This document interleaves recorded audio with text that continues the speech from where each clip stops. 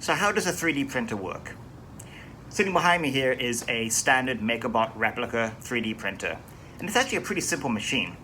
But the best way to describe it is to compare it to something far more common, which you probably all have in your house, which is a hot glue gun. Now, as you know, a hot glue gun is a pretty simple device. You plug it into the wall, it heats up the inside mechanism, you take a stick or a rod of glue, and you stick it inside this machine, and when it is warmed up enough, you pull the trigger, and you get hot glue oozing out. 3D printer works pretty much the same way with the same principles.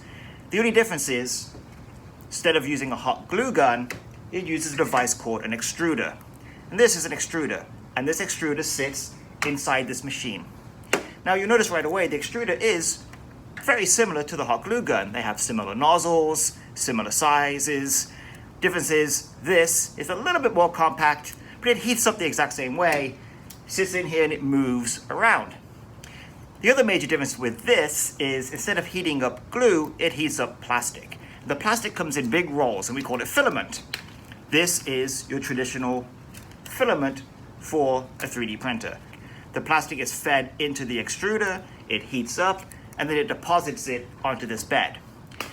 Now you may be asking yourself, that's fine and dandy, that's pretty cool, but how does it make all these super complicated, really neat things like vases and toys and Darth Vader heads and so forth and so forth? Well, again, it isn't that complicated.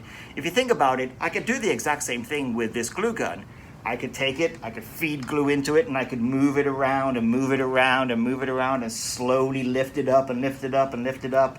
And I could actually build a form that is 3D and relatively tall just by doing it by hand. But I'm guessing it would look really bad. It would take forever. I'd have to keep feeding glue into this thing, and it wouldn't be very accurate. This machine uses CNC technology, much like we talked about before, computer numeric controls, to move that extruder on a system of gantries and pulleys to deposit the material exactly, specifically where it needs to go. It is incredibly accurate.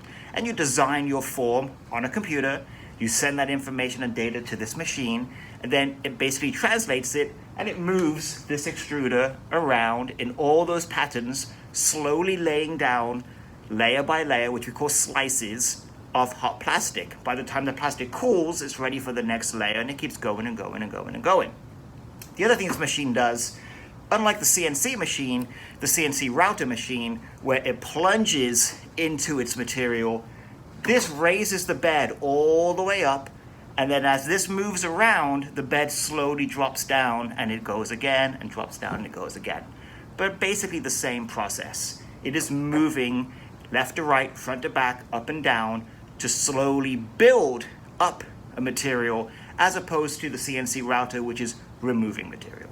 This is called additive manufacturing as opposed to subtractive manufacturing.